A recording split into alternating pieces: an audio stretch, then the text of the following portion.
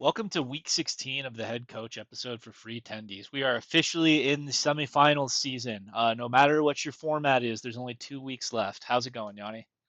It's going pretty well, man. I'm excited for the semis. How many teams do you have left? I had 6 out of 10 rosters make it to the semifinals.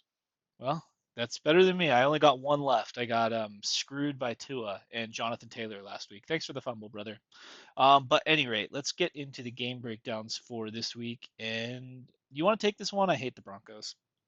Sure, why not? I'm the bigger Broncos fan of the two of us. Broncos 20-point implied team total going to the Chargers with a 22.5-point implied team total. It does look like Patrick Surtain's going to go this week, and I believe Riley Moss is questionable, which is pretty relevant for fantasy. For the Broncos, the only person we're comfortable telling you to start this week is Courtland Sutton. He's been so good, it's just really hard for me to tell you not to start him. I don't think it's an amazing matchup because the Chargers are pretty good in points against, right? They've played teams pretty tight, but I do think you're starting Sutton. You're going to sit the running backs. I have no interest in sifting through their backfield to figure out who's going to get the ball this week. I know Jaleel McLaughlin's injured, and they said he might not go. That still does not make any appeal to me. We're in the final four here, fellas. You guys got to be discerning with who you're starting, right? We're not throwing in borderline guys at this time of the year. And on the same note of borderline guys, I know he's been good to you all year, right? Bo Nix has been really productive, but I would hope that if you guys are rolling Bo Nix, it's on a 2 quarterback roster. That's mostly where I've seen him in leagues, and I'm probably looking elsewhere this week. It's not that like I'm saying he's definitely gonna have a bad game. He still has the rushing upside. The Broncos have actually still looked pretty good for the most part, but he's been a little turnover prone the last couple of weeks. Looks like his play's coming a little bit down to earth, right? I saw one tweet this week about, make no mistake about it, Bo Nix is the best quarterback in this draft class. That's calm down. But yeah, so he's been good for the most part, but I do think he's slowing down a little bit. I'm looking at other options here. So he's a sort of tricky decision. Look, I think if you guys absolutely have to, if you're looking at someone like Jared Goff or Bo Nix and you feel like the Lions are going to have such a lead on him, they're not going to need to pass, and you want to throw in Bo Nix for the upside, I get it. I just personally wouldn't do it. Like Brock Purdy, I'm starting Brock Purdy over Bo Nix all day. Sam Darnold. I would rather start Sam Darnold over Bo Nix all day. So sort of that range of quarterbacks where you've been deciding all year. I probably like Nix more than, well, not probably. I like Nix more than Herbert, which we're getting to. So Ladd is going to be listed as a start this week, but you guys should know that the Broncos are one of the best teams in the NFL against the slot receiver. Ladd had a really nice target load the last time they played, and he did not do great. I believe he had like under 8 points in half PPR. So I'm just a little nervous, right? On any roster where I have Ladd, I am looking elsewhere this week, but I also understand it's pretty hard to find better options at this point in the year. He's still a start just because the volume's going to be there. He could get a touchdown. And I don't, it's real hard to shut these Chargers down offensively. And obviously he's the most likely guy to produce on their team. I'm just a little nervous this week about him. Kamani Vidal handled his biggest workload of the season last week, but I'm still sitting him. Gus Bus, no interest, just an emergency start. And then Herbert's a flat sit for us this week. Really good defense that they play really fundamentally sound football. The Chargers haven't really been the same since losing J.K. Dobbins. It seems like that run game was really what opened up the passing game. And like I said, just in general, the Broncos are a team that are going to give people trouble. So I'm sitting Herbert this week, certainly like Nix more than him. And then your sort of tricky decisions are going to be Smart and QJ. Smart's seen a pretty good workload, pretty good target share since Disley's been down. It does look like Disley's going to miss again this week. Look, probably more of a DFS play, right? I hope you guys aren't starting him in a 12-team redraft league. You should be able to find 12 to 14 tight ends you'd rather start than him. But look, he's certainly on DFS radar for me this week. Like possibly as a captain. I think he's kind of a sneaky captain if you guys are going to play DraftKings tomorrow. And then QJ has quietly had, I believe, like 20 targets the last 2 games. He's been up in that low. What did he have? 13 2 weeks ago? Did he have 13 last week too, Ted? Do you Yep. remember? 2 13-point weeks in a 13. row, half Look, PPR. averaging half PPR, 13-point weeks back to back, and Ladd might get locked down in the slot, and Surtain was a little banged up last week. Riley Moss has been banged up. I really don't hate QJ at all. I don't know if in redraft I can rip him, but I don't hate him. I don't hate him. Depending on what you're looking at, like I think he's proven he is a live fantasy asset when you put him in there, and he's on a really nice 2-week stretch. Yeah, the QJ thing for me, it's less about the talent. I think that he is definitely not good enough to be a starter in the league, like in 2 wide receiver sets. I think he probably has a place somewhere as like a, I don't know, backup type of wide receiver. But Jim Harbaugh has faith in the guy, right? He's been gassing him up all year. He's getting they're scheming him the ball. This Chargers team, just in general, right? Like ever since J.K. Dobbins went down, I think it fundamentally broke their offense. You're a team with really only Lad McConkey out wide, right? And you're asking Justin Herbert, who's been playing injured most of the year, to kind of carry the load. It just hasn't worked out. Unfortunately, this is a Thursday game, so we can't bet it. But Broncos plus 2.5, in my opinion, is free here, and I don't even like the Broncos. All right, next we got the Houston Texans going into Kansas City to play the Chiefs. The Texans have an implied team total of 19.25 points. The Chiefs have an implied team total of 22.25 points. For the Texans, we're going to start Nico Collins and Joe Mixon. Then we're going to sit CJ and the rest of the crew. Then for the Chiefs, we're going to start Mahomes, Xavier Worthy, Travis Kelsey. We're going to sit DeAndre Hopkins, Kareem Hunt, and Hollywood Brown, and we're going to tricky decision Pacheco. So we'll start with the Texans first. I think this one's a little bit more simple, right? I think that at this point in the season, we have to recognize that the Texans are a run first football team. They're not asking CJ to drop back a bunch of times and put the team on his back. And CJ hasn't produced like the quarterback you drafted this year. I get the Chiefs back end is banged up. There may be some appeal to that, but his production, I think CJ's been like under 20 points for almost the entire second half of the year. Try something else. Don't go out there. Don't go into your semifinal matchup being okay with 15 points, right? Nico Collins, we're still going to start him. I think he had like 20 receiving yards and 2 touchdowns last week. It was a weird game where the Texans got up early and were just running the ball. Nico is still like a wide receiver one, very clearly. I think he is the guy to own in the pass catchers. Tank Dell, you will see that he isn't clumped in with the rest. He hasn't been over 10 points since week 9. It's just a no thank you at this point. And then Joe Mixon. The Chiefs do play the run really, really, really well, but Mixon's also involved in the passing game. He's catching dump offs. It's kind of amazing what happened with Joe Mixon kind of looking cooked in Cincinnati.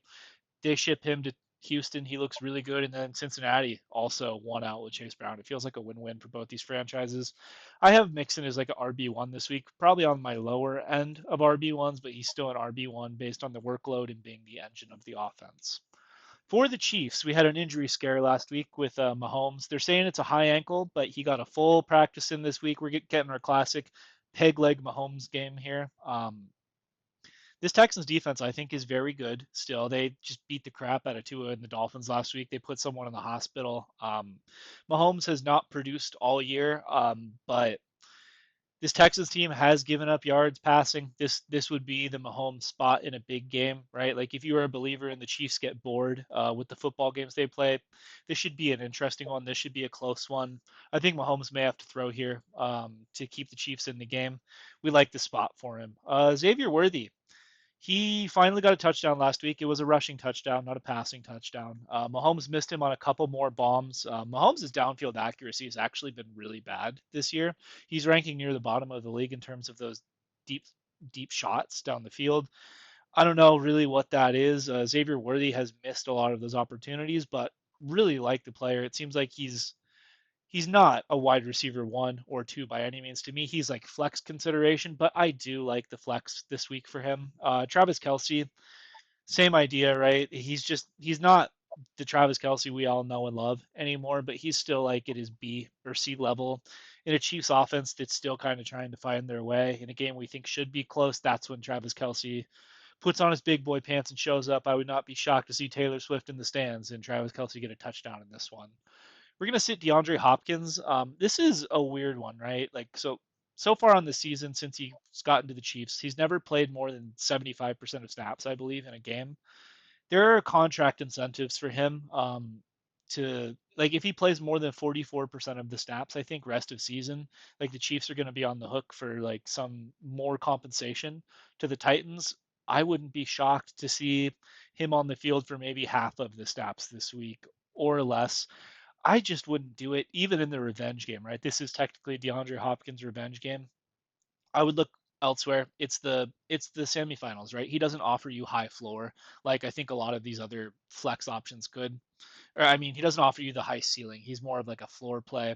If you're gonna go out, right? If you're a team that's projected to lose, don't start DeAndre Hopkins and take your 7 and go home, right? Pick someone who has some real high upside. Kareem Hunt, we're putting him in the sit. He's not efficient and he's splitting work with Pacheco. We think that he's going to continue to get phased out as Pacheco gets more fired up. He's just not an explosive player, anyways. There's not really anything to chase there. And then Hollywood Brown. It looks like he's going to be back this week. We are going to tell you to sit him, though. I would not chase these points. I think that's a fool's errand. We have no idea what his role will be in this offense. We haven't seen him on the Kansas City Chiefs yet. It would not shock me to see Deontay Johnson 7 snap type of usage. Just ease him in. Please God, don't do that, especially in the playoffs. If you're in the consolation bracket, let me know how that goes if you do that. Then Isaiah Pacheco, tricky decision. There's a couple things here, right? He hasn't been getting full run yet. I know he's working back from his leg injury. Over the past 2 weeks that he's been playing, he has been getting more of the work from Kareem Hunt. So his role is expanding. I would expect the Chiefs to kind of escalate him up slowly. But the other thing we have to keep in mind is this Texas defense is very good against the rush. I believe they're like 6th or 7th in the league against the rush right now. They're a very good defense. It's like, do you want to bet on 15 Isaiah Pacheco carries here or touches? I think you probably could do better, but for some rosters, I understand injuries have been brutal this year. People are going out. I can see maybe you have to throw him in your flex, but I would consider sitting him if you can afford it. What do you think, Yanni? Anything I missed? Just a quick note about Mixon. He popped up with an injury report midweek this week. If Mixon does not go, I have no interest in starting his backups. I believe it would be Dameon Pierce. I have no interest in starting him against this Chiefs D. So don't go run out and grab him. If he's out, you should probably take your L on that, unless your roster is really thin and you need to throw someone in there. Yep. Mixon or bust, says Yanni. Yep. Okay, Steelers 19.5 point implied team total going to the Ravens with a 25 point implied team total. I thought that spread was pretty interesting for the NFC North here. So for the Steelers, the only options we're really comfortable telling you to start. Muth has really had a nice like 6 week run here. And Pickens being out helps him, and it looks like he's developed a really nice chemistry with Russ. I'm throwing Muth in my start wherever I can. And then Pickens, it's from what I'm gathering, it seems very unlikely he goes this week. At least just Twitter doctors and actually local beat writers for the Steelers. I forget what his name is. There's one guy who's a pretty big guy around there. I always see him talked about. His belief is that they're holding Pickens out till the playoffs start. And he's well sourced, right? And then the physical therapist, the guys that I follow on Twitter, seem to think like, look, it would be surprising if he went, but he was seen doing some drills this week. Apparently, what we're looking for is for him to do like sprinting, straight line sprinting speed.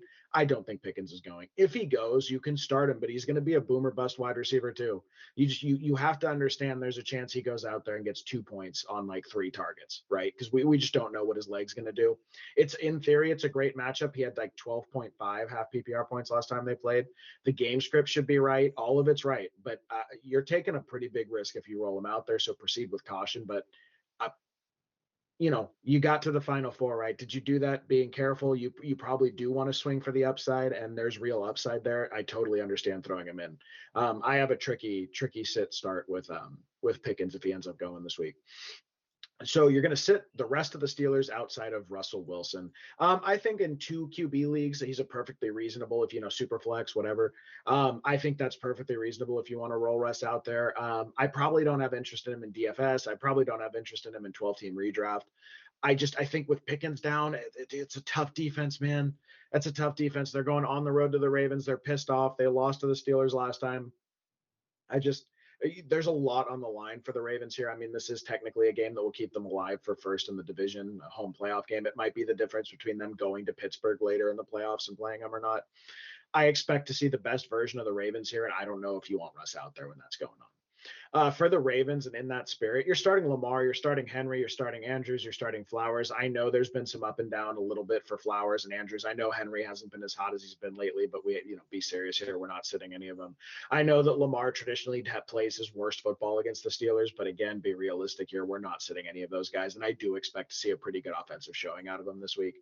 They have to I think you see a lot of that kind of legendary upside that their offense has had at points this year. I think you see it come to fruition this week. And then your sort of tricky decision is going to be Bateman.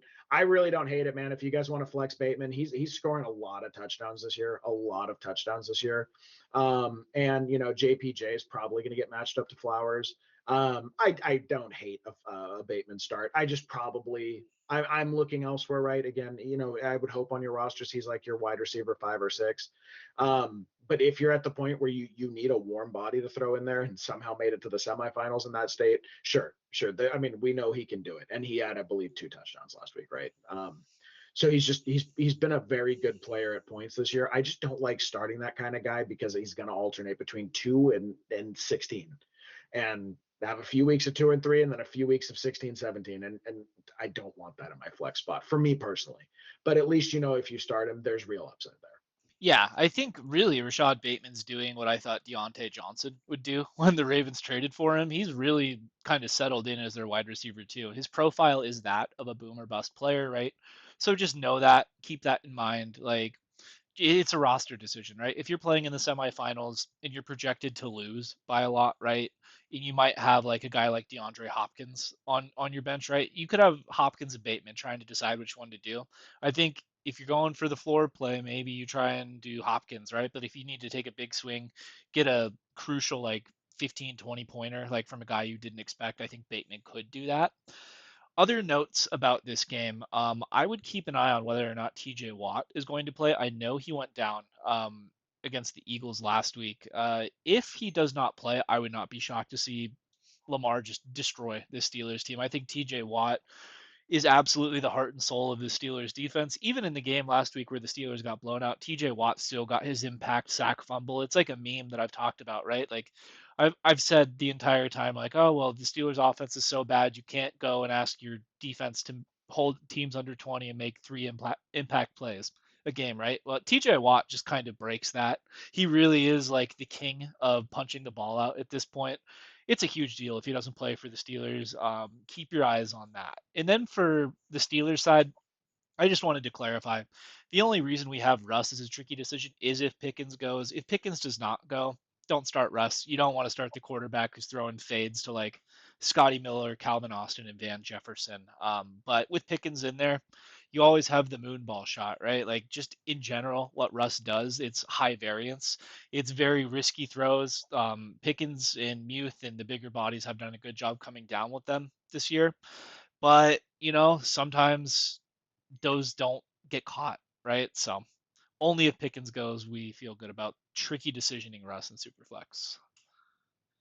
All right, next we got the Cleveland Browns going into Cincinnati to play the Bengals, and the Browns have just broken my heart, absolutely broken my heart. They have an implied team total of 19.5 points this week. The Bengals have an implied team total of 27 this week. For the Browns, our only start for you is Jerome Ford, and we're going to sit everyone else, unfortunately, as bad as that is. And then for the Bengals, it's the usual suspects. We're starting Joe Burrow, Jamar Chase, T. Higgins, Chase Brown, and Mike Gesicki as a sit. So let's start with the Cleveland Brownies. Jameis is out. Kevin Stefanski came out today and said we're going to start Dorian Thompson Robinson the rest of the way. So while I understand that from an organizational perspective, you want to make sure this guy is worthy of a roster spot for next year. In the process, they have totally killed all of the exciting fantasy upside that we had with Jameis Winston being in the ball game. Nick Chubb broke his foot, so it is probably going to be Jerome Ford by default carrying the load. There may be some Dante Foreman action here, but no, thank you. Just if you feel like you need to start Ford, like I think he's good for 15 to 20 touches here would be my guess against a defense that is gettable, right? But it's just like when DTR is your quarterback, how gettable are you really?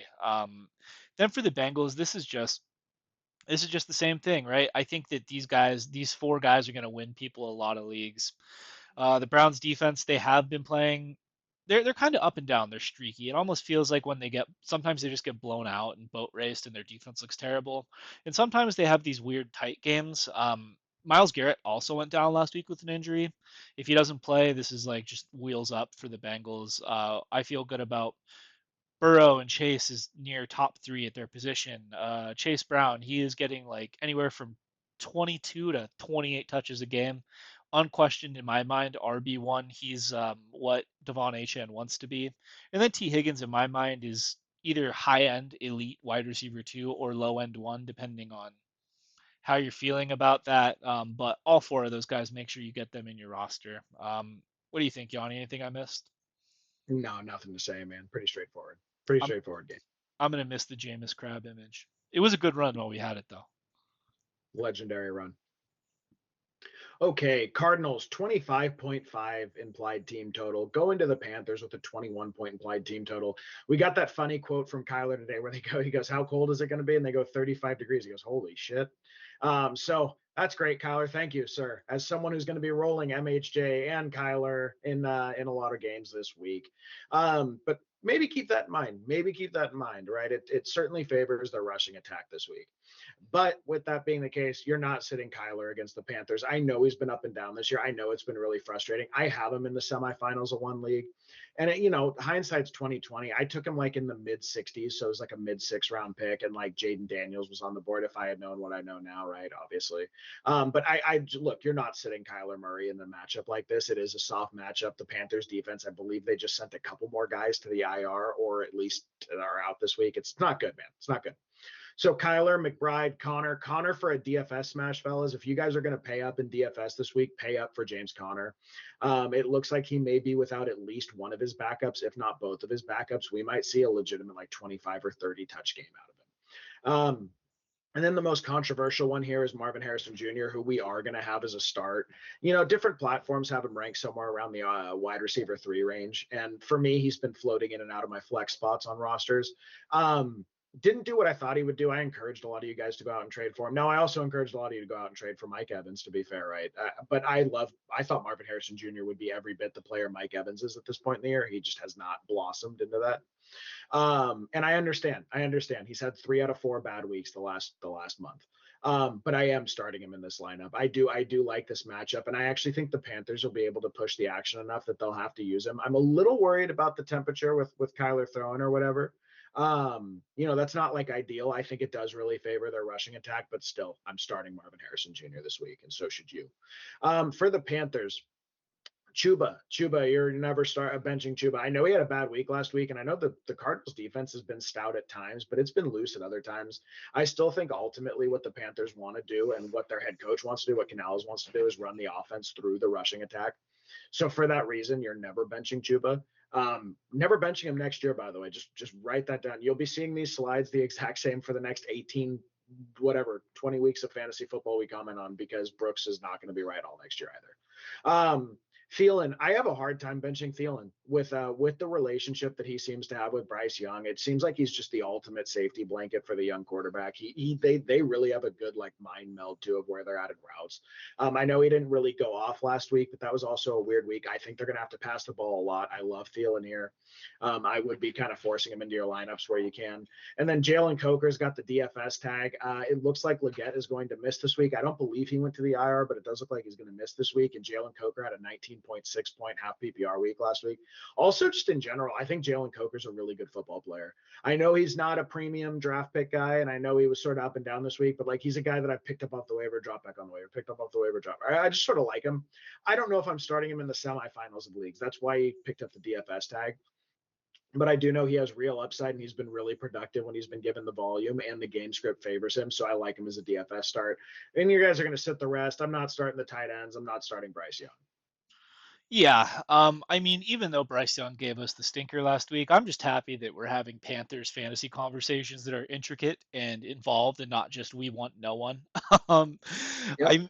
I mean, to me, right? I really like Coker this week. I had to watch the entire Panthers game against Dallas last weekend, and to me, Coker with Xavier Legette being out, right? Like he's gonna get full run.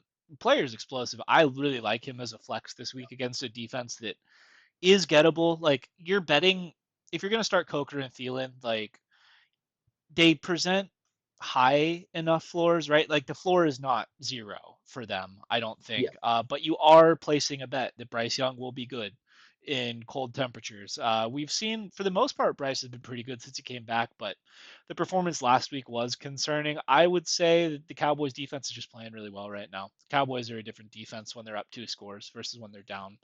And then the only other thing I really want to touch on, Marvin Harrison Jr., boys, do not be scared. This is the semifinals. Go down swinging. This Panthers team is so injured and bad. This is where you take your shot if you need it. Unless you have like, if you have a roster with Ladd McConkey and Jackson Smith the Jigba, maybe Marvin Harrison doesn't make it in your flex, but try the best you can to get him in there. I think you're going to be happy with it this week. Next, we got the Eagles going into Washington, D.C. to play the Redskins. The Eagles have an implied team total of 24.5 points. The Redskins have an implied team total of 21 points. And now that I'm looking at these slides, I'm so happy I got this one. For the Eagles, we are starting everyone. And for the Redskins, we're going to start Jaden Daniels, Scary Terry, Brian Robinson Jr. Then we're going to tricky decision conditionally Zach Ertz. And Ben Sano, the guy I've been making fun of all year. Tricky decision. Actually, don't hate him this week. And let's start there with the Redskins. So Zach Ertz last week, he left with a concussion. He was a DMP officially on Thursday. We record this on Thursday, so we have to like kind of make it through the week of practices to see what his participation is. I would be shocked if Zach Ertz goes. Usually, you don't make it through the concussion protocol in a week. If he does not go, Ben Sano is kind of lined up to do the Zach Ertz thing in this offense, but he's a much better player than Zach Ertz. The fade on Ben Sano, and the reason we kind of shit on Ben Sano all season, really, this is like a hot fantasy guy, like off-season take, right? The fantasy gurus, Bowser guy, we're all about Ben Sano. It was always just that Zach Ertz was a scheme fit in Cliff Kingsbury's offense, right? Because Cliff Kingsbury was in Arizona. He brought over Zach Ertz. We kind of knew that he brought him over for a reason to be involved. Benson O was a much more dynamic and athletic player. Zach Ertz has been getting a very surprising amount of volume on this Redskins offense. You have a good athlete like Ben Sano and you get Jaden Daniels, who's a very good quarterback, throwing in the ball a couple times, it would not shock me, especially if the Redskins get in the negative game script here. If they're throwing and Ben Sano catches a couple up the middle. Don't hate him this week. Probably more of a DFS dart throw to me, but wanted to shout that out because, hey, we don't hate him this week. Jaden Daniels and Terry, I guess, we'll put them in the same tier. I know that they've been QB1, wide receiver one, like easy starts for you every week. The last time these two teams played, Terry had like 1 point, and Jaden Daniels did not have a good game either. Don't be scared. This is what got you here, right? I mean, Terry is high variance. I think that's just the player that he is, but he got 22 points last week. He missed like 3 other deep shots. Terry almost had a 50-point game, fantasy wise, if Jaden connected on a couple of those. I would keep riding it. Don't get cute here, right? Like Jaden presents the rushing upside even if he doesn't have a great passing day. Ride your horses, man. They got you to the semis, like the players, and then Brian Robinson Jr. It's just a function of him getting full run, right? This Eagles rush defense is very good. I wouldn't expect Brian Robinson Jr. to go over 100 here, right? I saw on Underdog last week they projected Brian Robinson Jr. for 120 yards against the Saints. We're not that bullish here, but we're thinking anywhere from 17 to 22 touches and has a good chance to fall into the end zone. At least a flex for me. If he's not a flex for you, maybe like our mid to low end RB2. Then for the Eagles, it's just simple, man. We're starting everyone. I think this Eagles team showed us last week that they can win in multiple ways on offense. I think last week it was a very good example, right? I think Mike Tomlin did his best to sell out to stop Saquon Barkley, and Saquon got contained. But Jalen Hurts threw for 300 yards and 2 touchdowns, and we had the squeaky wheel game from AJ Brown, and Devontae Smith got involved too. We're starting everyone here. I think that the Eagles at this point are starting to be like the Lions or the 49ers from last year, where they just have so many guys that you start them regardless, and then if or two of them doesn't get home, it's just a function of there's only one ball to go around, right? Start everyone with confidence here. I have a Jalen Hurts roster. It's my last remaining one. I'm expecting 30 points from the big dog. What do you think, Yanni? Did I not talk about Nick Sirianni's leadership enough? Oh man, yeah, that has been a point of contention between me and old Teddy Boy all year. So no, I mean, nothing too interesting to add. I would just say about, look, I understand the trepidation. Jaden was my quarterback on 6 or 7 of my rosters this year. So like, I understand the feeling going into the Eagles game. When I looked at it, I went, God, I wish it was anyone but the Eagles this week. I understand that Terry's had a few down weeks. I understand that Brian Robinson Jr. has a really tough matchup. He did have like 13.5 points the last time he played Philly though.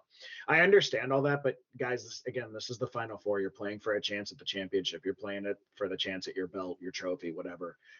You have to play guys that have that RB1 upside, wide receiver 1 upside, quarterback 1 upside, and they all do. I understand it doesn't feel amazing this week, but I'm slotting them all into my lineup with confidence. And Brian Robinson's probably more of a volume play. It's just that he's going to get really good passing volume. I understand not being thrilled about him on the ground this week, but yeah, get him going. Yep. Okay, Giants, my second team. Man, it has been a ride. I've been a Giants fan for 16 weeks now, and it has been an emotional beating.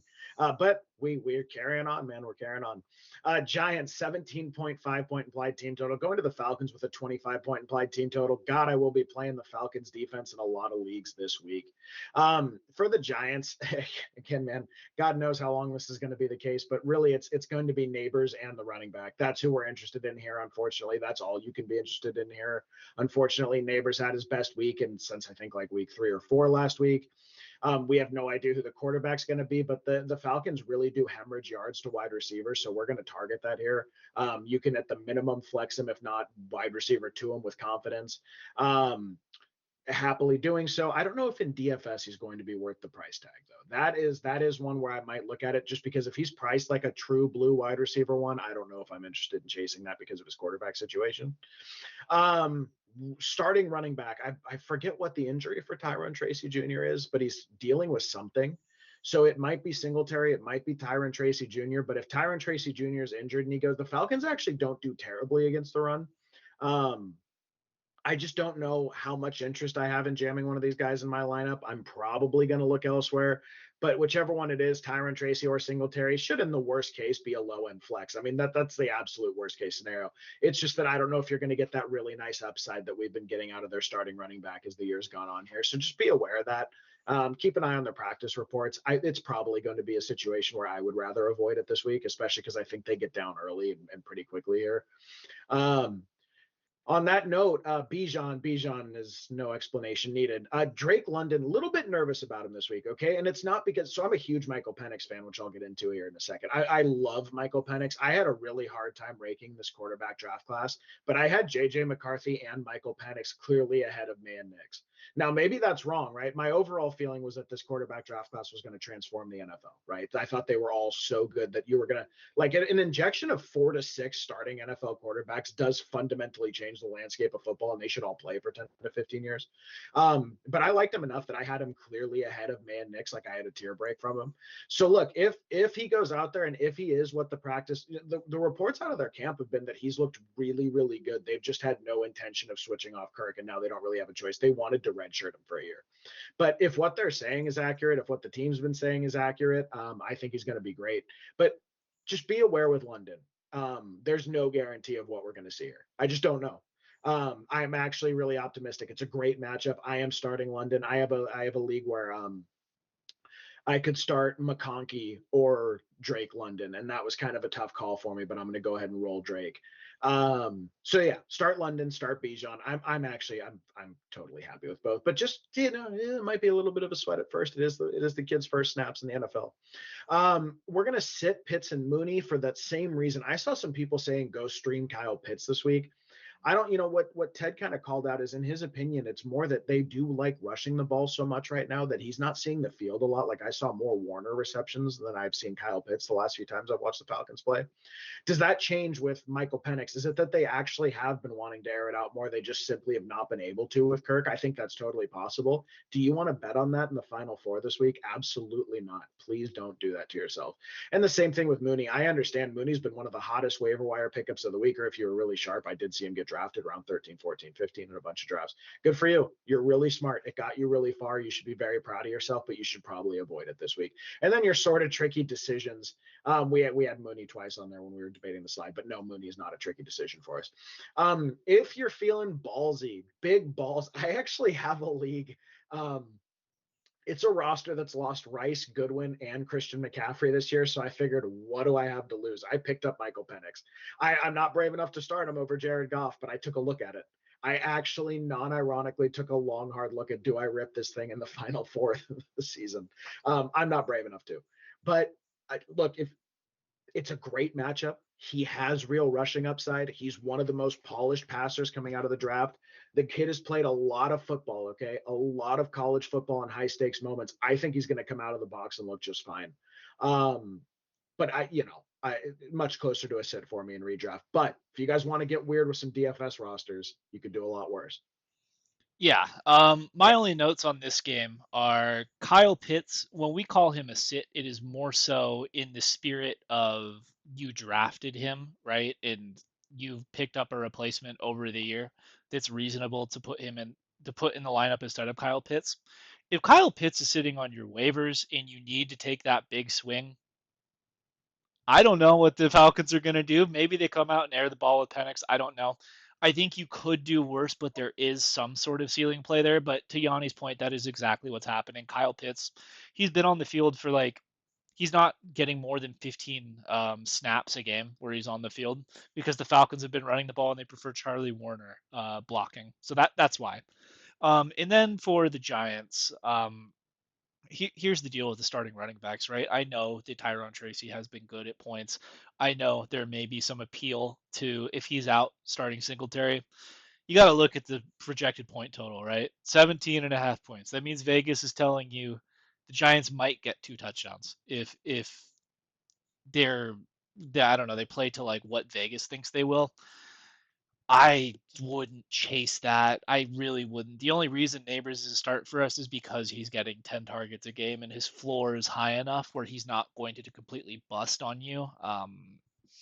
Be careful though. I would say those starting running backs, whether it is Tracy or Singletary, lower end of tricky decision for me, closer to sit. All right, next we got the Tennessee Titans going into Indianapolis to play the Colts. The Titans have an implied team total of 19 and a half points. The Colts have an implied team total of 23 points. For the Titans, we're going to start Calvin Ridley, Tony Pollard, and or Tajay Spears. We'll kind of get into that a little bit more in a minute. That was like a point of contention. Again, I just put that there pre-show. Don't worry about that. Ridley's not tricky decision. You start him. Then for the Colts, we are starting Anthony Richardson and Jonathan Taylor. We're going to tricky decision Michael Pittman and Josh Downs, and we're going to sit the rest.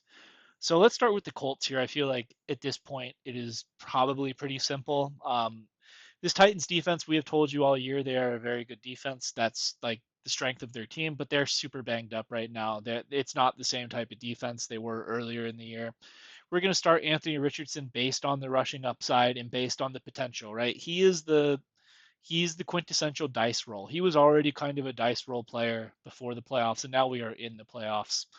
He presents good rushing upside. He throws the ball way down the field. His completion percentage, I believe, is at 47%, which is the lowest since Tim Tebow. I think that a lot of that has to do with his players dropping the ball, him taking so many deep shots. He's not a Tim Tebow quality quarterback. I've been seeing takes like Colin Cowherd saying that Anthony Richardson is clearly not an NFL starting quarterback. The Colts should go get Sam Darnold. We are still technically in AR's rookie season. We're going to be patient with him. This is a plus matchup at this point, and he's worthy of a start. He's high variance, but he's worthy of a start. Same with Jonathan Taylor.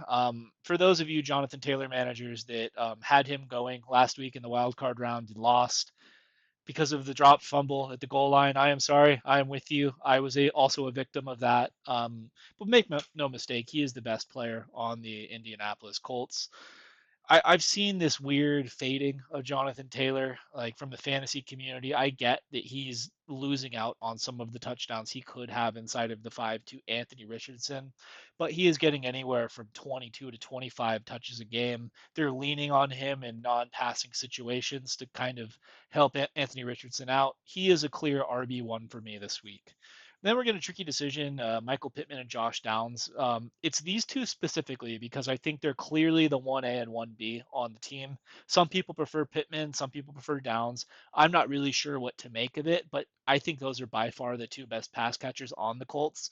It's just they are tricky decisions by virtue of having Anthony Richardson as your quarterback, right? When you have the highest variance player in the league right now as your quarterback, you could have a really terrible week or you could have a great week. I think that Downs is much more of a he could explode, right? I think that Josh Downs could have that spike 20-point week out of nowhere for you. And I think Pittman's more of like the safe volume guy.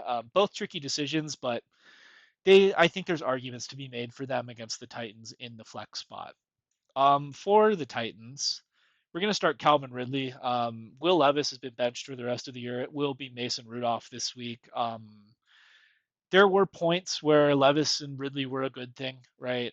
Will Levis, I think, has just shown at this point he is not an NFL caliber quarterback. Calvin Ridley, we're still going to try and get that target share, though, right? 30% of the targets on your team is very good.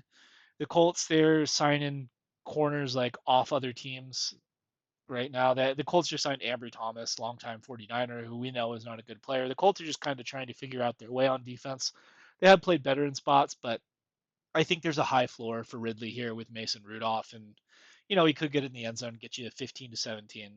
Then Pollard and Spears is the weird one.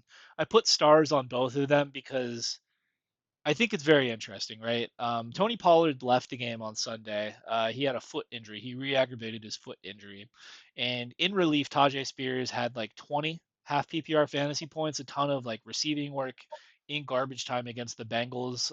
And right now, Pollard's status is kind of TBD going into this game. So what does that mean for fantasy managers? I think personally, if Tony Pollard is playing, I would continue to treat him kind of like you've been treating Tony Pollard all year, like a mid to low end RB2, maybe like a flex option, that type of deal, right?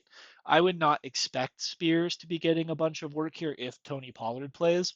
And to me personally, if Tony Pollard misses, Tajay Spears would step into that Tony Pollard role, be getting that Tony Pollard work, and he's a good player. I think that Tajay Spears is one of the better backup running backs in the league. I think he's in that Zach Charbonnet tier of running back. So I think there's a really good flex argument to be made for Tajay Spears if Tony Pollard doesn't go. If he does go, I don't like it as much, but I know pre-show Yanni was saying that he liked Tajay Spears regardless of whether or not Tony Pollard goes. So I'm going to kick it off to you, brother. What is the Tajay Spears argument if Tony Pollard is playing as well? So Tony Pollard has DNP'd on his last 2 weeks straight of practice as of now. He didn't practice all last week, not once, and then came in the game and played and got hurt, right? Left the game and he has not practiced this week, not once all week. So to me, I would say that Pollard's clearly unhealthy. He's clearly playing injured. He wasn't looking great last week. And Spears will get the receiving work. I actually think Spears will get his biggest role of the year with Pollard in. So if they split, he'll get his biggest game he's had with Pollard in terms of workload. But I prefer the Colts give up the top 10 most points to running backs in the league right now. Like this is a very gettable matchup for running backs. I actually do think the Colts are going to put up points on them and force them to pass a little bit. Mason Rudolph seems much more willing to check down than Will Levis.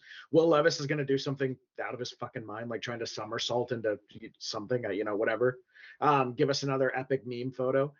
Mason Rudolph doesn't really do that. He just showed a willingness to check down. And we saw last week, Blue, stop. Sorry, my stupid dog. We saw last week that paid off with 25 points for Spears and not even a full game.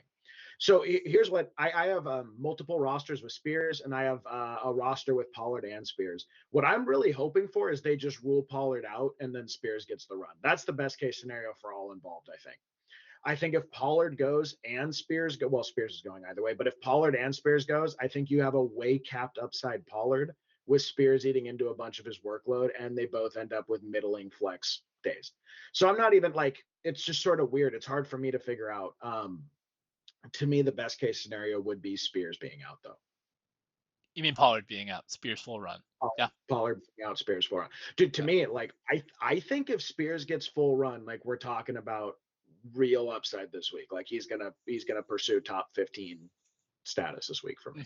If That's Pollard does not go, I would try and force Tajay Spears yes, into your lineup if you can, yeah, especially at this time of the year, right? Little yeah. spicy flex no one saw coming to get you to the No. finals. Like the spot for him if it's just him.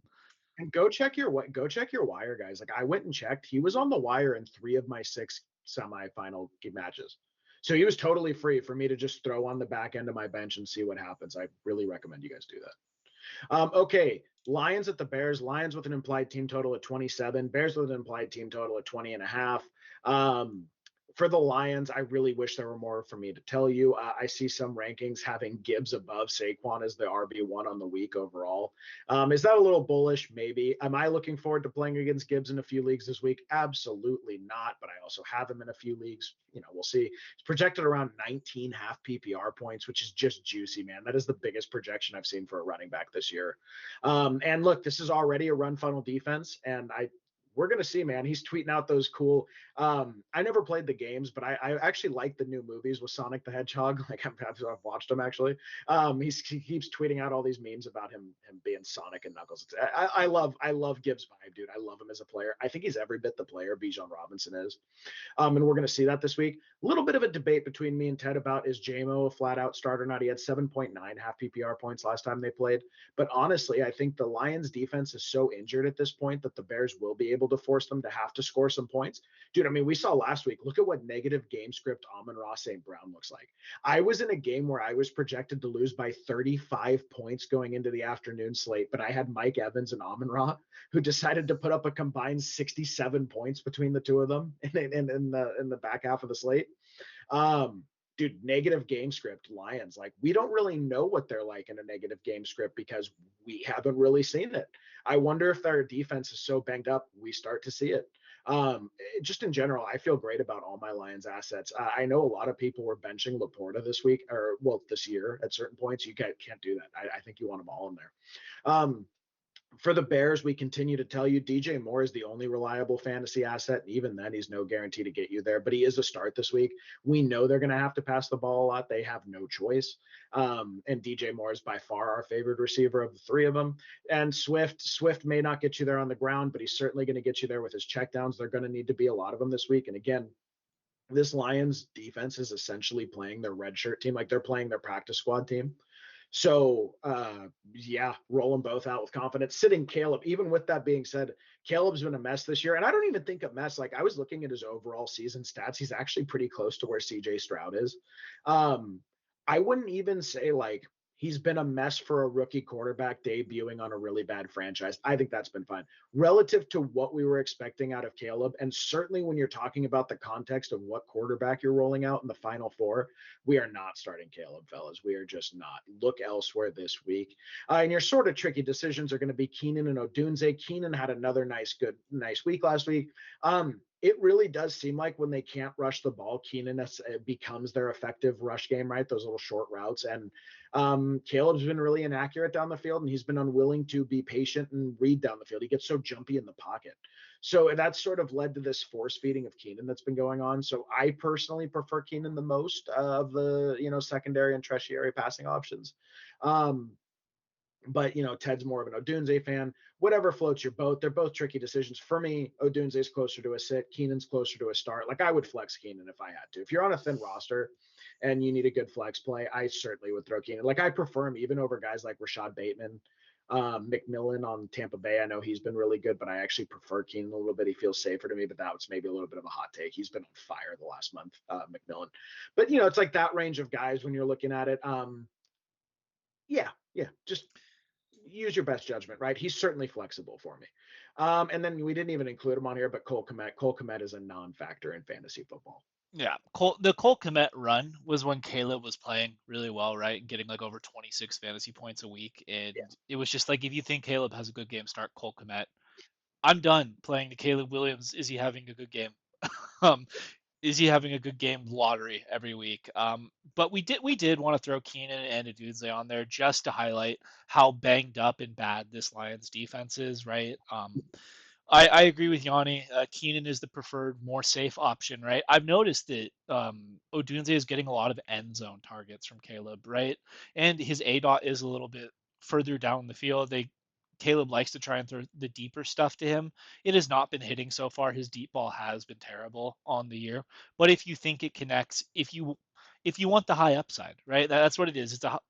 Probably wouldn't start him, but if you need to just like throw a dart, right, and take a big swing, you could do that with Roma Dunze. Then for the Lions, I think I'm interested to see what it looks like without Monty in there. I know this is like the Gibbs wet dream. Like all of the Jameer Gibbs like truthers, right? Like I remember early last year when he was a rookie, everyone was all upset that David Montgomery was like involved in the offense, right? It was a big shock to all of the Jameer Gibbs drafters. You're finally getting to see what the Lions offense looks like with Jameer Gibbs as the guy. I wonder if Dan Campbell will give him full run. I wonder if the offense will change. I wonder if Ben Johnson will try and throw the ball a little bit more. I don't know. What I do know is I do like Jameson either way. I think his floor is just a little bit higher. Just a little bit higher. Like even on his down week, he's getting like 8 to 10 points, right? And Gibbs could be the league winner here down the stretch, but we'll see what it looks like. I think the Lions still pull this one out though. So real quick, in my best league, there was a guy who has Saquon and Gibbs. That was his running back core. And then he went and traded for Puka Nakua when he's injured. So like this league that I thought was locked up, all of a sudden this dude has Saquon, Gibbs, and Puka as the core of his team. I'm like, oh god, man, that is going to be a mess to deal with. I cannot imagine a better running back core at this point in the year than Saquon and Gibbs. Yeah.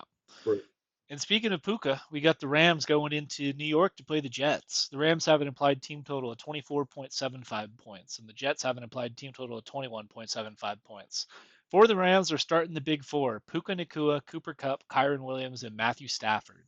Then for the Jets, we're going to start sorry, ignore Brees Hall. He is not a start for us. We're only starting Devontae Adams and Garrett Wilson. Then we're going to tricky decision Aaron Rodgers and Brees Hall. And we'll start there with the Jets just because I'm going to forget that Brees Hall is not a start for us this week. Quietly, Aaron Rodgers has thrown for over 300 yards the past 2 weeks and multiple touchdowns. Granted, it was against very bad defenses in the Jacksonville Jaguars. But I mean, there's something to be said about Aaron Rodgers when he is not being asked to scramble around, when he can sit in the pocket and deliver. He still has a good arm. It's just that his maneuverability is toast. So if he gets like pressured in any way, shape, or form, the play is dead. This Rams defense, they had a good performance against the Niners on Thursday, but I think that I chalk that more up to like the Niners coming out and playing like shit in a bad weather game with the rain than anything else. It's not profiling to be a bad weather game here. So we like Adams and Wilson as like extensions of the passing offense. Those are the clear top two options. And then we're going to tricky decision Aaron too, right? Like I think he's been 25 points or above the last 2 weeks against the Dolphins and against the Jaguars. This Rams defense is not very good either. He doesn't present the rushing upside. He's more of the statue type of quarterbacks, more the statue archetype of quarterback. But especially in Superflex, I do not mind it this week. And then Brees Hall has made the tricky decisions.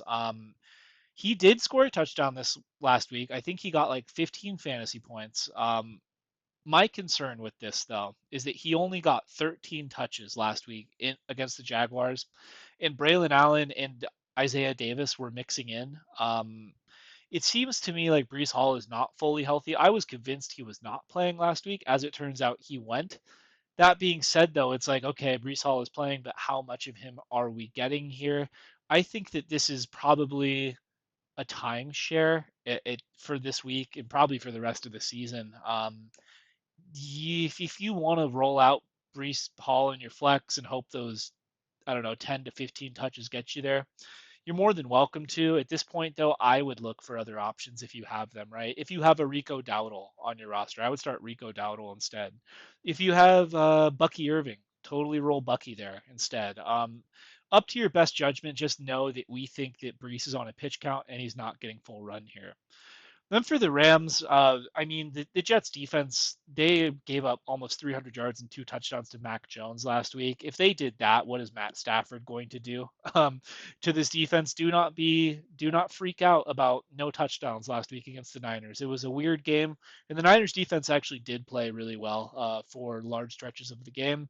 we have no fear here in any way, shape, or form of this current iteration of the Jets defense. And you start all those guys as ones at their position, I think. Actually, no. Puka, I think, is a top 5 option this week. I'm not scared of Sauce Gardner anymore. Cooper Kupp, he did get you the goose egg last week. I think expectations have shifted on this Rams team. I think Puka is now the clear one. Kupp is now the clear two.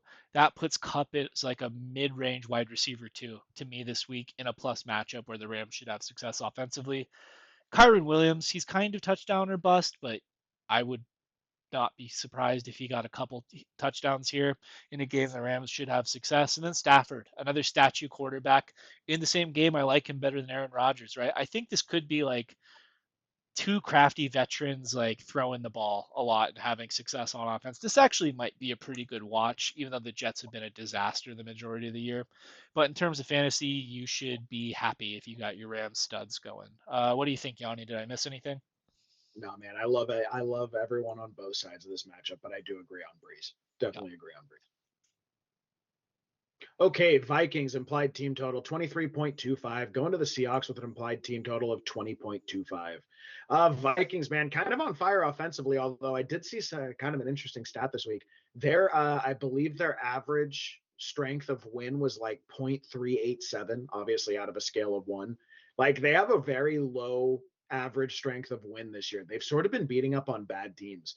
I just think that's noteworthy moving forward. I don't think the Seahawks are a bad team by any means. I don't think they're an elite team or anything. For the Vikings, though, look, JJ, AJ, Hawkinson, Addison. I cannot believe the way this passing attack has been supported by Darnold. I think they're all on fire. I think Aaron Jones is an excellent start this week. The Seahawks, we saw what Josh Jacobs was able to do to them last week. I wish I had more to tell you, but I did look. Even Addison. Addison's been like a borderline guy for me, just because like he was boomer bust. But dude, he's like on a 5 or 6 week just flaming streak. I actually have a really hard start and sit on him. I haven't decided what I'm going to do between Lad McConkey and Jordan Addison in a matchup where I somehow made the semifinals and I'm projected to lose by 15. And I'm thinking, well, if I'm projected to lose by 15, maybe I should just take the big swing, right? And then your sort of tricky decision is going to be Sam Darnold. He is one of my favorite QB2s this week. He is a sort of tricky decision. We can't call him a locked-in start, but like, I gave you guys a few examples earlier. If you have a Knicks and Sam Darnold roster, I'm starting Sam Darnold. If you have a Herbert and Sam Darnold roster, I'm certainly starting Sam Darnold.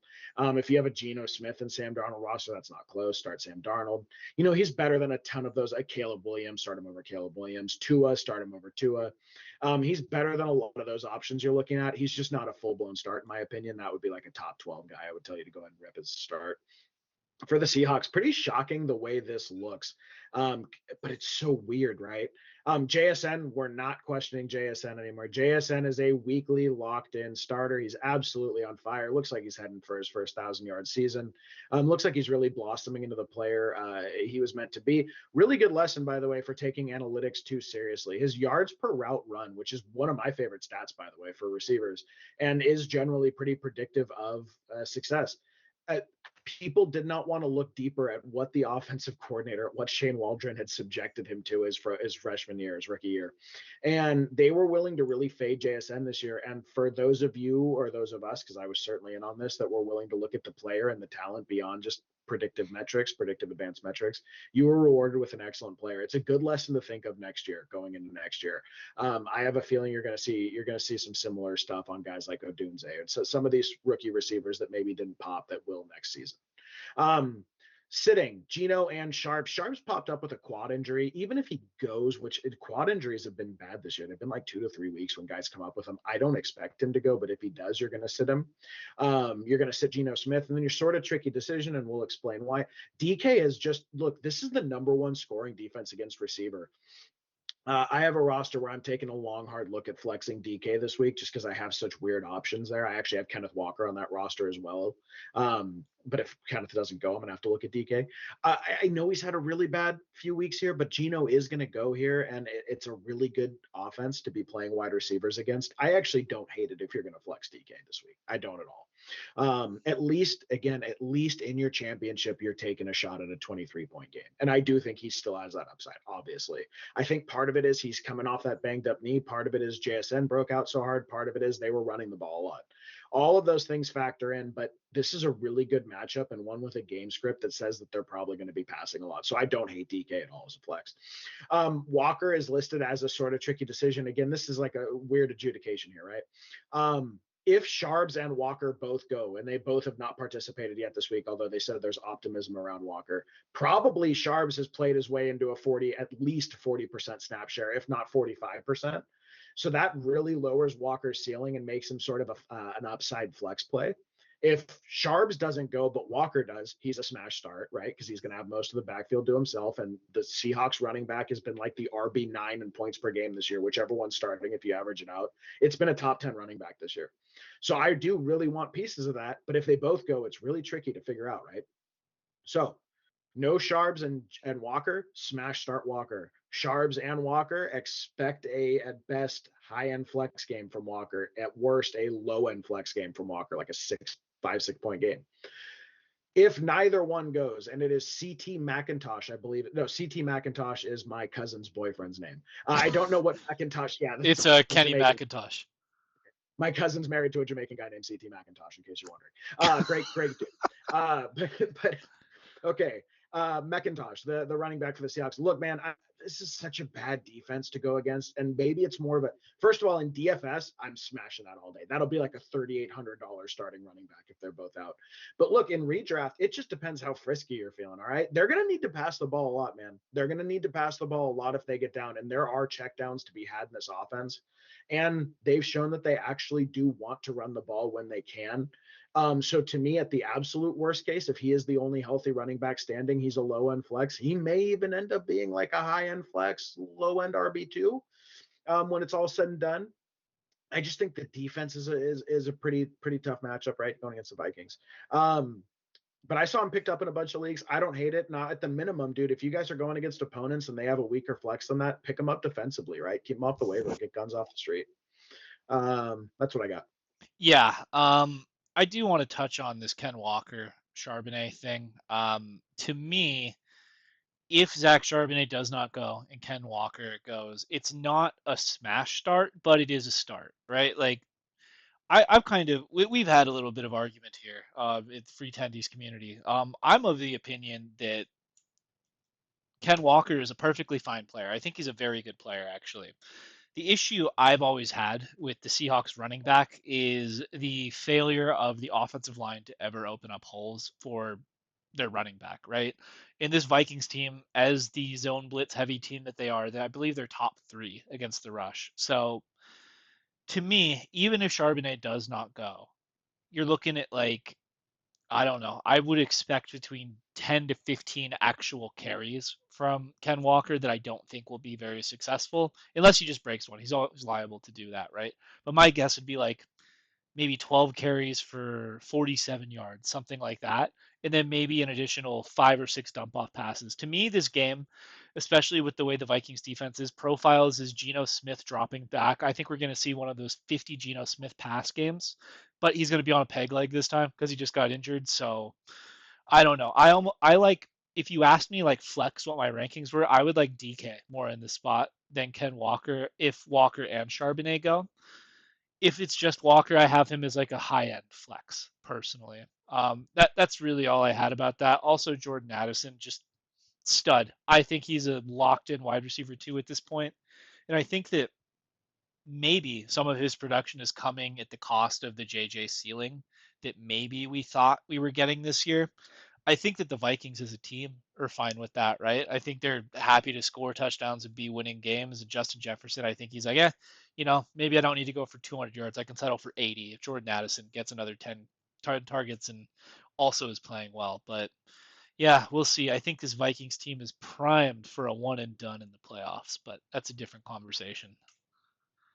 All right, next we got the Patriots going into Buffalo to play the hottest team in the league, the Bills. The Patriots have an implied team total of 16 points, and the Bills have an implied team total of 30.5 points. I think that might be the highest team total of the year. I'm not sure, but Vegas is loving Josh Allen, runaway MVP at this point. For the Patriots, we're going to start Ramondre Stevenson, and we're just going to sit everyone else. And for the Bills, we're going to start Josh Allen, Khalil Shakir, and James Cook. We're going to sit Amari Cooper and Tyler Johnson. And we're going to tricky decision called Dalton Kincaid. And we also forgot Keon Coleman. He's also going to be a sit for us. So we'll start with the Patriots first. There's not a lot to like about this football team. Drake May has offered a little bit more upside on offense than the Jacoby Brissett-led Patriots were showing in the front half of the year. But this Bills team is playing really, really, really well, man. I get that I think the Bills have given up like a combined 85 points over the past 2 weeks. Do not chase that though. They were playing the Rams and the Lions. Those offenses are in entirely different stratospheres than the Patriots. For me, it's just Ramondre Stevenson because the Bills still are a little bit undersized and not as good at stopping the run, and it sit everyone else. I would not chase the Drake May points in championship week. There is no way. Drake May is like your highest upside option. I think his best case scenario is 20 points, which I think he's gone over once or twice since he's been the starter, and your worst case scenario is like a 10 pointer and you're out. So look somewhere else for your quarterback this week. Then for the Bills, it's pretty simple, I think, at this point, right? The Josh Allen is like the clear MVP. I believe he scored 95 points in fantasy over the past 2 weeks. It's like the hottest streak I think a quarterback has ever been on. Don't be afraid to start him here. My only worry as a Josh Allen manager would be if the Bills get up too far too early and it's whoever their backup is the entire fourth quarter. Khalil Shakir has really been their wide receiver one from a fantasy standpoint and probably real life. He just kind of gets those shorter looks in the slot. He's very good after the catch. He's been the most consistent option in the passing game. This Bills offense is very weird because they're so dynamic and they put up so many points. But when you look at the box score, there's not really any wide receiver that ever jumps off the page. It's a lot of dump offs to the running backs. It's a lot of Josh Allen throwing to 7 different receivers. But Khalil Shakir has been the most consistent option. We like him here as a flex this week. Then James Cook is a start. He had a big week last week. He had that great long run where his dread got pulled out. He's been dynamite all year. I am actually the only roster I have left still playing. It's a James Cook roster, and I sat James Cook last week for Lad McConkey. And the reason being, I was like, oh well, the Lions have a pretty good rush defense, and James Cook has been rotating in with Ray Davis and Tyler Johnson. I kind of I got kicked in the ass for that decision last week. My team still won by 70 points, but James Cook is a very good player. We're going to start him with confidence here. If Josh Allen does that thing where he's Superman and gets another 2 touchdowns and rushing touchdowns inside the 5 yard line, you just got to live with it, I think. But James Cook offers such upside that I would be shocked if you can have a starting lineup with him not in it. Amari Cooper and Tyler Johnson are going to be sits for us. Amari Cooper, we're kind of thinking that this is going to be a blowout. I don't see Josh Allen needing to throw the ball that much. And if he was going to throw the ball, it's probably going to be spread out. So you're looking at maybe 4 or 5 Amari Cooper targets, I would say here. I wouldn't do it. I just wouldn't do it. He's had like, I think maybe 4 spike weeks on the year and the rest have been like single digits. I wouldn't subject yourself to that in this spot. I think that if it was more of a shootout, right, a team that could really keep up with the Bills and score, you'd have a better argument to be made, but not this week. Tyler Johnson, we're going to put him as a sit. He's really not a fantasy relevant person. The reason we have him as a sit this week is because he has gotten over 15 points the past 2 weeks. I think he had like 100 yards receiving against the Rams, and he had another big receiving day and touchdown. He was the leading receiver last week actually against the Lions. Don't chase that. For the love of God, do not chase that. Sometimes players show up in the box score off a long busted play and they have a good score, but that does not mean you should start them the next week. It was an anomaly. If you start Tyler Johnson, you're a psychopath, but let me know in the comments how it goes for you. Then we're going to tricky decision Kincaid. This is more a product of tight end being a thin position, right? Again, the Bills, there is no one overall superstar on the Bills from a pass catching perspective. They're just a collective of guys. Kincaid is a talented guy in that collective, but even then, he's splitting time with Dawson Knox as well. you could take your shot if you want to, if you want to bet on the talent, depending on what your tight end room is. Like if you have a roster with like, I don't know, Tucker Kraft or Pat Fryermuth or something, that's where I think you give Dalton Cade like a real look. But like if it's Sam Laporta or Kincaid, I know no roster in the world would have that decision, but like if they're not in the same tier. Laporta is way higher up than Kincaid to me at this point. And what do you think, Yanni? Did I miss anything? Did I talk about the Bills enough? Yeah, no, not much to add, man. That's probably a boring game. Yeah. Okay, 49ers at the Dolphins. 49ers with an implied team total at 21.5. I love that number for this week. Little sneak peek of the betting show. Dolphins implied team total at 23 at home. Dolphins favored over the Niners. I thought that was really interesting, just with the way the Dolphins play against good teams in general. And like, I don't know, man. I don't think the betting line's right on this one. For the 49ers, you're going to start Brock, you're going to start Kittle, you're going to start Garendo, you're going to start Juwan Jennings. I guess, Garendo is a volume based RB2, we should say, right? He dropped off a lot last week. He was injured. He's picked up a hamstring and a midfoot, or well, not a midfoot. He had a midfoot in college. He's picked up a foot injury and a hamstring injury in the last 2 weeks. He is still averaging over 17 half PPR points per game since he took over the role, getting like, 17, 18 touches a game. If he's handling that kind of volume in this type of offense, you are still starting him, but just be aware, like he's banged up and he didn't look great in his second game. I'm not sure exactly if you're going to have that like RB1 upside that you were thinking with him. Juwan Jennings, I'm aware this is the second best team against wide receivers for fantasy in terms of giving up the second lowest points, but I have a really hard time sitting Juwan with the way they've been this year. I do think that the Dolphins will force the Niners to keep passing the ball a little bit. Juwan has had some really weird circumstances the last few weeks where weather really impacted the snow game and the rain game. They missed a few really big plays to him. He should have been going off this whole last month. I know it takes a little bit of bravery, a little bit, right? Stick him in the roster.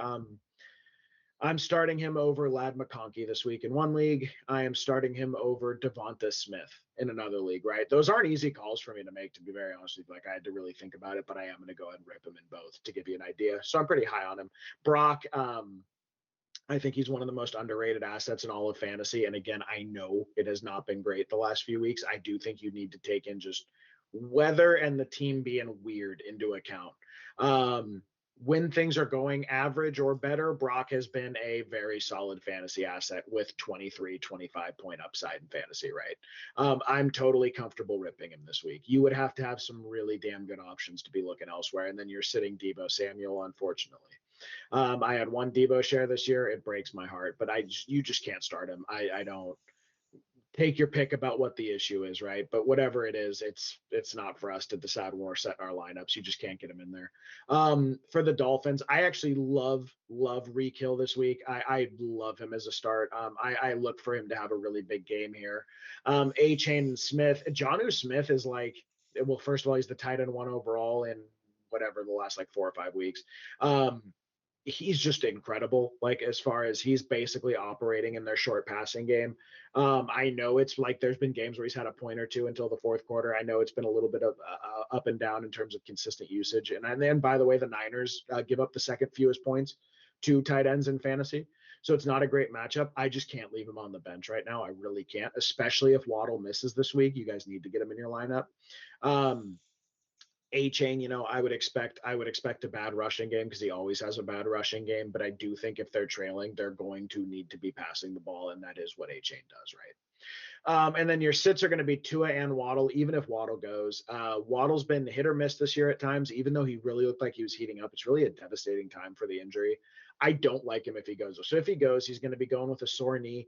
I would guess that Hill will draw the Charvarius Ward matchup, and Waddle is more likely to draw the Diamador Lenore matchup.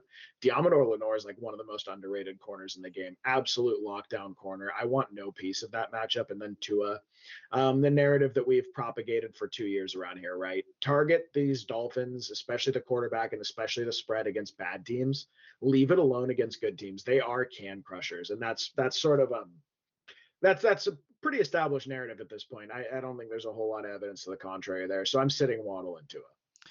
Yeah, I actually caught my first full Dolphins game of the year last Sunday against the Texans. That was a mollywhopping. I don't think the score indicates how much the Texans beat the shit out of the Dolphins offense. And I think that at this point, when you look at the Miami Dolphins and you look at what their offense looks like, right? When they go up against these teams with really physical, tough, good defenses, they can't push the ball down the field. And when that happens, right, that's where you get a lot of your A chain dump offs. That's where you get your Johnny Smith over the middle for 10 yards on a timing route. That's why we're sitting Tua this week, because when it does not go well for Tua, right, it goes really badly. One of my rosters that got knocked out last week got a 6 pointer from Tua. It was direct result of why I'm not playing again this week. This Niners defense, they played really tough. They played really, really tough on Thursday. They got a little bit of extra rest. They got that cancer Devondre Campbell out of the locker room. I'm sure the spirits are going to be high. The guys, they're going to be playing high effort, I think, here. That's why we're sitting Tua.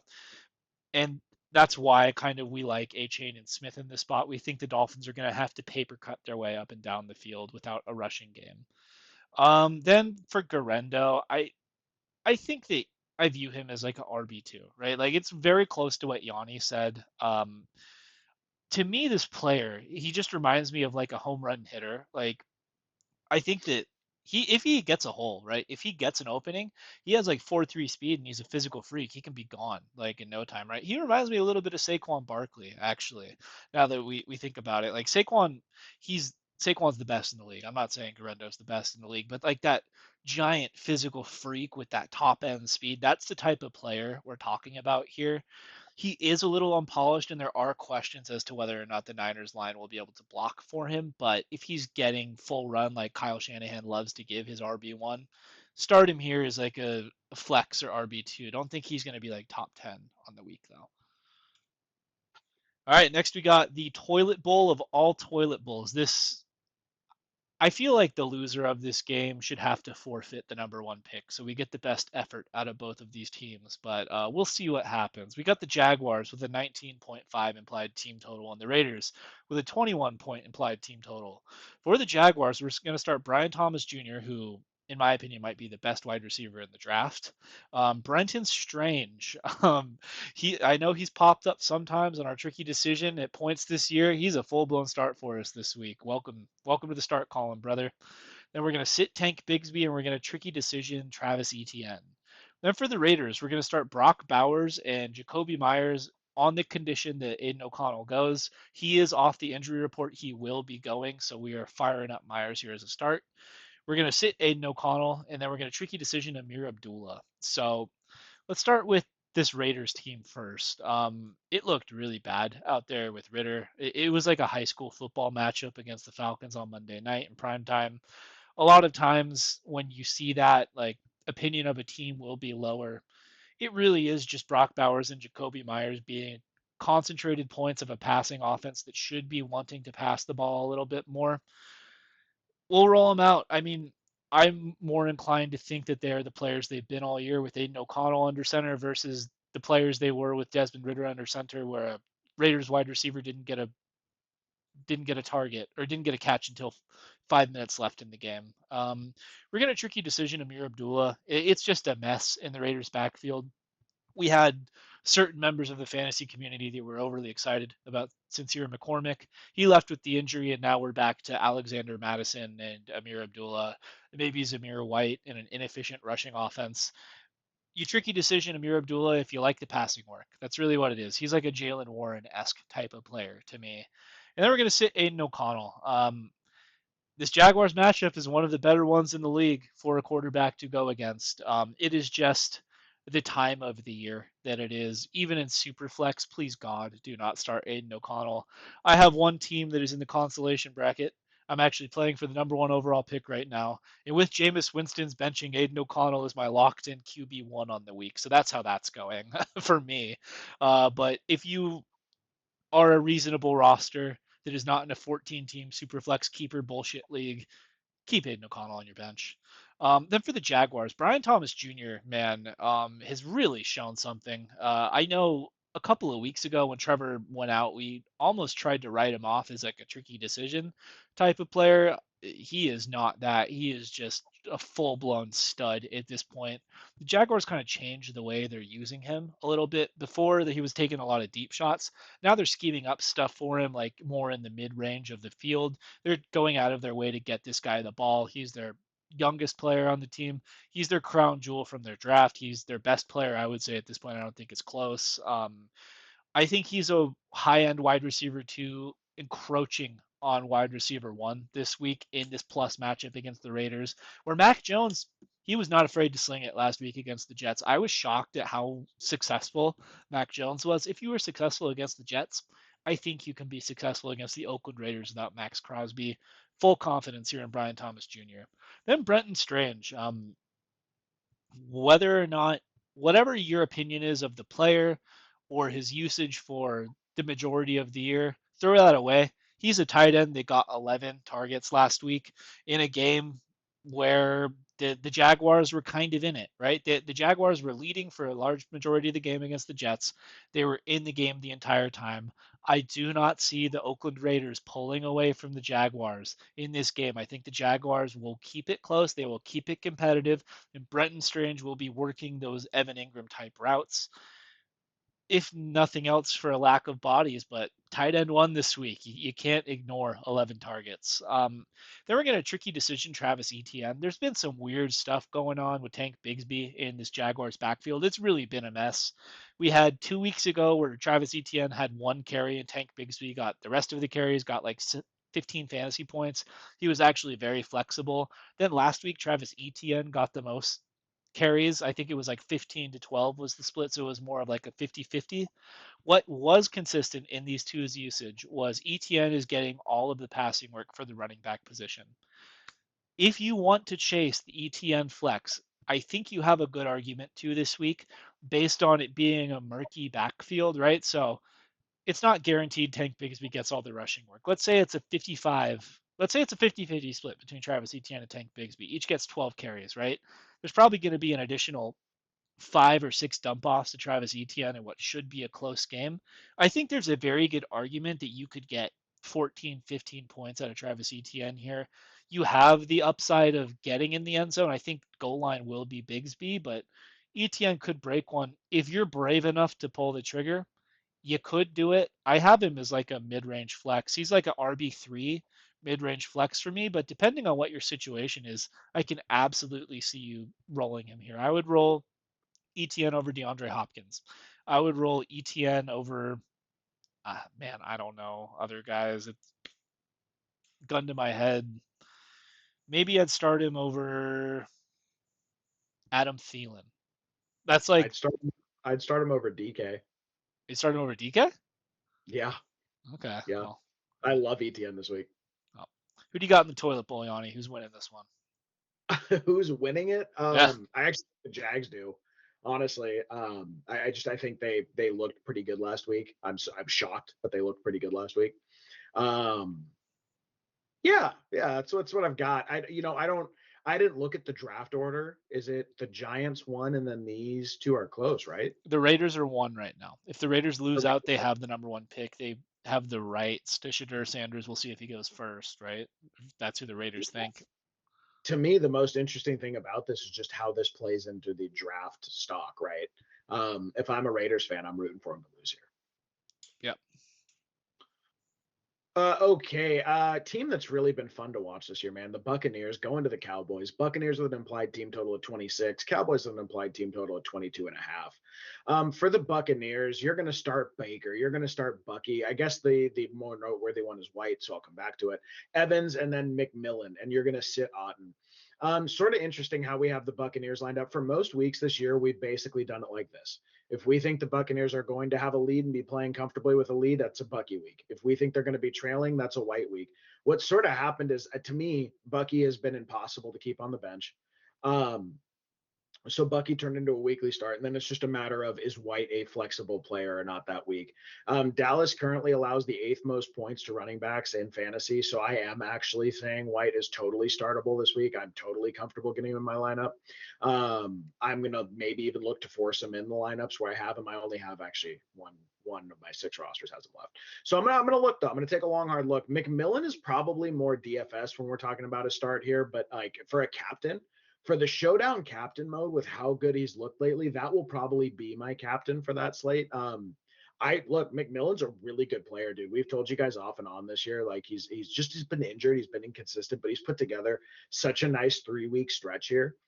He's producing like what you hoped Godwin would be producing in the wide receiver 2 role for the Bucks. And Baker's been so good, and this is such a good matchup in a dome, soft defense, an offense that should put up enough points to force him to pass. I love McMillan this week, I really do.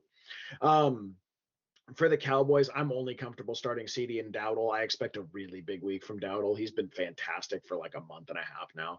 And then CD actually has played pretty well with Rush the last few games. Obviously, you're not getting that mega CD upside that you get with Dak, but like I think he's perfectly live for a 15, 16 point week this week.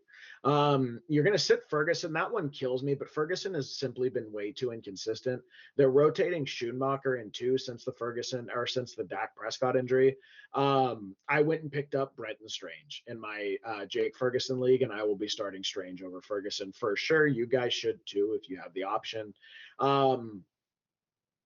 Look, man, if you are in the Final Four and you are looking at starting Ferguson, oh God, I would almost rip Kyle Pitts. I would almost just take the shot on Kyle Pitts at that point. It's almost that bad. I've had him. I've started Ferguson, somehow got to the Final Four starting Ferguson this year, and like I'm done with it. I think he's Dak's guy, but he is not Cooper Rush's guy. And then your sort of tricky decision is going to be Cooper Rush. Again, cheaper DFS captain. I don't know what his price tag will be. I don't hate that, and I don't hate putting him in your DFS lineups this week, especially you can kind of do a contrarian play off Baker because Cooper Rush is going to be cheaper, and that gives you some more flexibility in other parts of your roster. But yeah, like I would hope in redraft you're not seriously looking at him. But I do think he's probably flexible in 2 QB leagues. Just the Buccaneers give up so many yards, and they have been moving the ball the last couple of weeks. Yeah, my only comment on this game, it's not so much about any one player, but just more so about like the game flow, right? This Dallas Cowboys defense has played actually really good football for the past 3 weeks, and in my opinion, the reason they can do that, right, is they've gotten leads early in the 3 games where they played really well, and they've been able to tee off with their defense, right? So to me, the story of this game is going to be all about the first quarter. How does it open up? The Buccaneers, they're the best first drive team in the entire league. They have had 7 opening drive touchdowns this year. So to me, the way this game profiles is if the Buccaneers can get up early, then I see them just kind of running the ball down the Cowboys' throat and snowballing, right? With Baker Mayfield, with Bucky Irving, with Mike Evans, that sort of deal. If the Buccaneers get down in this game though early, this Cowboys defense has looked pretty good. Like when they could pin their ears back on 3rd and long in a passing situation when they got you down 14, look out. I still like the Buccaneers this week. I think they win. I think that the offense has been running at such a good clip that you can't sit them here. But just a heads up, just like for your Rashad White shares, right? For your Jalen McMillan, those like fringe guys that were telling you to start. I would just keep that in mind with how the Cowboys defense is playing. And if you think that the Buccaneers might have trouble, maybe pivot, but I think you'd have to have excellent options on your bench to even think about doing that. All right, and then we got the most exciting Monday night game of the year. We've got the on fire 5-8 New Orleans Saints going into Green Bay to play the Packers. The Saints have an implied team total of 14 points, which is the lowest total on the week, and the Packers have an implied team total of 28.5 points. For the Saints, we're only starting Alvin Kamara if he plays. We are going to tricky decision Kendre Miller only if Kamara misses, and no thank you to everyone else on the entire team from a fantasy perspective. Then for the Packers, we're going to start Jordan Love, Josh Jacobs. There was some back and forth on Tucker Kraft. I have him as a tricky decision. What do you think, Yanni? Really quick. Start a tricky decision. It just depends on your options. But I know on your roster specifically, it's Mark Andrews or Tucker Kraft, right? Like I'm ripping Mark Andrews over that every time. Trying to think of like what the worst. I would rather start Muth than Kraft. Yeah, Yeah. this week. So, So he's like, let's call him tricky decision then, like, but on the side of we like the player more, right? And then the other starts for us this week: Jaden Reed and Christian Watson, and then tricky decisions going to be Dobbs and Kraft. So let's start with the Saints here first. This is probably pretty simple, right? This team is just so injured and destitute and down and playing against a team that's playing good football that why would you ever start anyone if they're not specifically Alvin Kamara, right? Alvin Kamara, the reason he is a start if he goes is because of the caliber of player Alvin Kamara is in a absolute workhorse role where he's the only player who's worth a single fuck that can move the ball. Unless like you like your MVS 3 catches a game. Like it is Kamara's offense at this point. That's why we'll start him if he plays. But to me, he's not even an RB1 even if he does play because I think the Saints team starting Spencer Rattler this week instead of Jake Haener, I think that is better overall. I think Spencer Rattler is a better player than Jake Haener, but they're still not starting caliber NFL quarterbacks. That's our only interest. If Kamara misses and you need to, you're desperate. Like this is a absolute desperation play to me. But Kendre Miller should be getting the majority of the work. um, what that's worth to you in a game where there's almost a 14 implied point total difference, and the Packers are playing the way the Packers have, I'll leave that up to you. But there is a chance if Kamara doesn't play, Kendra Miller gets 20 touches, and that cannot be ignored or just called a flat out sit in that scenario. For the Packers, we're still going to start Jordan Love in Jaden Reed, even though like they've kind of been fantasy disappointments the past couple weeks. I think that's more of a function of the Packers offense really transitioning to being more run first. They're right now first in the league over the past like 5 weeks in neutral rush rate. They're rushing in neutral spots more than any other team in the league, even more than Philly. They've really committed to Josh Jacobs and the power run game, which I think you're seeing this Packers team and Jordan Love playing really good ball. I've seen that Toyotathon meme about Jordan Love. Have you seen that, Yanni? Where like when yeah, it's Toyotathon, Jordan Love has like 28 touchdowns and 5 interceptions in his career or yeah, something. So yeah, ride Toyotathon, Jordan Love in a game where they yep, should be able to have their way with the Saints. I don't see them being able to do a single thing. And to me, Josh Jacobs, with the Packers' commitment to this power run, he's a top 5 play for me this week. He's a high end RB1. If you got him early in drafts, right? Kind of before AJ Dillon went down, and you got him in like the 5th round where he was going. Sometimes you've got a league winner on your hands. Even if you drafted him in the 3rd round, once you started getting boosted up draft boards, that's still a great value. Locked and loaded here, never a doubt against a bottom 3 rush defense in the Saints. Jaden Reed has not gotten you there the past couple weeks. It's just kind of he's not playing a ton of snaps. He's exclusively in the slot. He's returning punts. He just kind of since week 6 he just hasn't been the player you drafted. I think he's the wide receiver like 40 or something since week 6. It's tough out here, but if you want to bet on talent against a bad defense in a game where the Packers should beat the shit out of another team, feel fine rolling him here. And then Christian Watson has kind of been getting loose on those deep targets down the field. He's not a wide receiver 2 to me, but I think there's a very good argument for flex, especially if you want to try and cash in on one of those Jordan Love crazy long throws during Toyotathon. You could start him here in the flex, and I feel pretty good about it. Tucker Kraft, my theory here on this one for a tricky decision is that I just feel like the Packers are going to be able to blow the Saints out of the water here. There's going to be a lot of rushing in the second half. To me, Tucker Kraft feels like kind of a complementary piece of the offense, but I think guys like Watson, guys like Reed, guys like I don't know, even Dobbs, I think are probably in front of Kraft in like the pecking order in terms of who is going to eat on a week to week basis. So I would tricky decision him here. I wouldn't be surprised to see a 38 rush game from the Packers here in a dominating, boring win on Monday night. Did I miss anything, Yanni? Was I fair enough to Kendra Miller? you were fair enough. I like Miller more than Ted does this week, but yeah, I mean, I don't think. To me, it's also an issue of like we might not know until Monday if Kamara's going or not. So like, should you hold a roster spot open in your flex for Miller in the final four? No, please don't do that. He's probably just not startable this week, unfortunately. And I believe that's Monday night. So that's going to do it for us. If you made it through the whole video, thank you. Please like, subscribe, hit the bell. It helps the channel out. Question of the week for the audience. Do you got one, Yanni? Um, burning question, burning question, burning question. Who is the Bears' next head coach? Who's going to fix the mess that is the Bears? I've seen a lot of conversation about that this week. Who do you guys like? I've seen a lot of Mike Vrabel talk out there. I don't know if I like that fit. I think they need an offensive guy for Caleb personally.